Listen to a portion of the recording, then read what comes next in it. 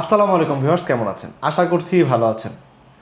এটা সুসংবাদ বলবো না দুঃসংবাদ বলবো তা বুঝতেছি না, কারণ আসলে অনারেবল ভিসা আগে চালু ছিল।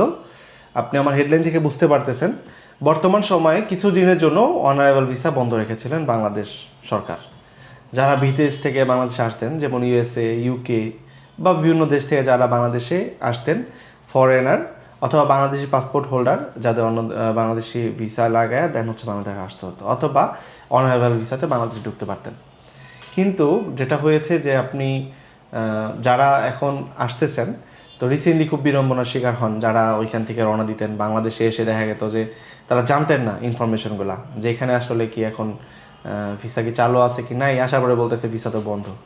তো এরকম কিছু বিড়ম্বনার কারণে ইমার্জেন্সি অনেকে বের করে দেওয়া হয়েছে। আমার চাইনিজ ক্লায়েন্ট এসেছিলেন, তাদেরকেও কিন্তু আমরা 15 তারিখের পরে বের করেছি। তো এই সময়টা ছিল 15 জানুয়ারি থেকে 15 ফেব্রুয়ারি, নির্বাচনকে সামনে রেখে এই সিদ্ধান্ত নিয়েছিল। কিন্তু এই প্রবলেমটা আসলে এমনভাবে হয়েছিল যে অনেকে জানেন না, অনেকের আগে টিকিট কাটা, হুট করে সিদ্ধান্ত নেওয়া হয়েছিল, যাতে করে মানে খুবই বিড়ম্বনার একটা মানে পরিস্থিতি তো চালু হয়েছিল। তো এখন যেটা হয়েছে যে আপনি চাইলে কিন্তু এই প্রবলেমটা আর নাই, মানে বাংলাদেশ সরকার থেকে সেই বিধিনিষেধ যে আপনার অনারেবল ভিসাটা যে বন্ধ করা ছিল সেটা কিন্তু আবার সচল করা হয়েছে। এখন চাইলে যে কেউ আবার আসতে পারেন।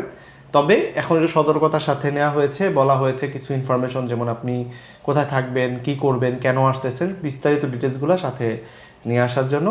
এবং যদি কাউকে সন্দেহ মনে হয় এবং মনে হয় যে আমাদের জন্য হার্মফুল, দেন তাকে কিন্তু রিজেক্ট করবে। এই হচ্ছে ওভারঅল অবস্থান। সো যারা অনেকেই জানতেন, আমার মনে হলো ভিডিওটা করা উচিত, যে অনেকেই জানতেন যে অনারেবল ভিসাটা বন্ধ আছে এখনও। বাট যাদের বিদেশি ক্লায়েন্ট আসবেন বা যারা বাংলাদেশে আসতে যাচ্ছে, যে বাংলাদেশ পাসপোর্ট নাই, বিদেশি পাসপোর্টই আছে, ভিসা লাগানো নেই হয়তো, একটা অবস্থান, দেন আপনারা চাইলে কিন্তু এখন আসতে পারেন। অনারেবল ভিসাটা আবার চালু হয়েছে।